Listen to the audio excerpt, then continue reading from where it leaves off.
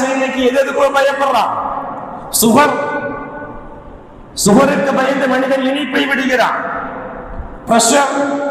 Pressure வந்து விடுமோ என்று பயந்து பிரஷருக்கு பயந்து மனிதன் என்ன ஐட்டங்களை ஃபுல்லா வர்றான். கொலஸ்ட்ரால் ஏறிடும். கொலஸ்ட்ரால் ஏறிட்டா ஹார்ட் அட்டாக் வந்துடும். கொலஸ்ட்ராலுக்கு பயந்து மனிதன் இறைச்சிகளை விடுகிறான். ஆனால் அல்லாஹ்விற்கு பயந்து எவனாவது பாவத்தை விடுகிறானா? விடுவதில்லை. ஏன் விடுவதில்லை? எவனும் அல்லாஹ்விற்கு பயப்படுவதில்லை. சொல்லுவாங்க, ஏங்க பயப்படுறதில்லை?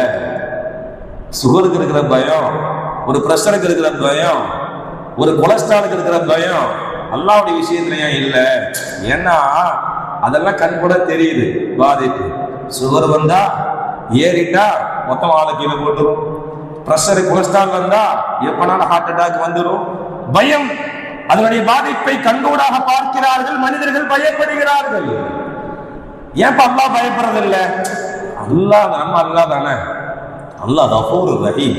அது என்ன பாவம் செஞ்சாலும் அல்லாஹ் மன்னிச்சிருவான் அப்படின்னு பல பேர்கள் அல்லாஹ்வை ஏமாளிகளாகவே நினைத்துக் கொண்டிருக்கிறார்கள்.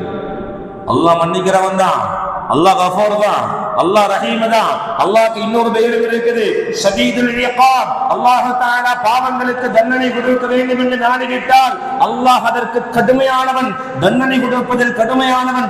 ரொம்ப பெருசான அல்லாஹ் ஒண்ணு செய்ய மாட்டான். ஒரே ஒரு நரம்ப பிடிச்சு இழுத்தாங்க வச்சுக்கோங்களேன், அவ்வளவுதான்.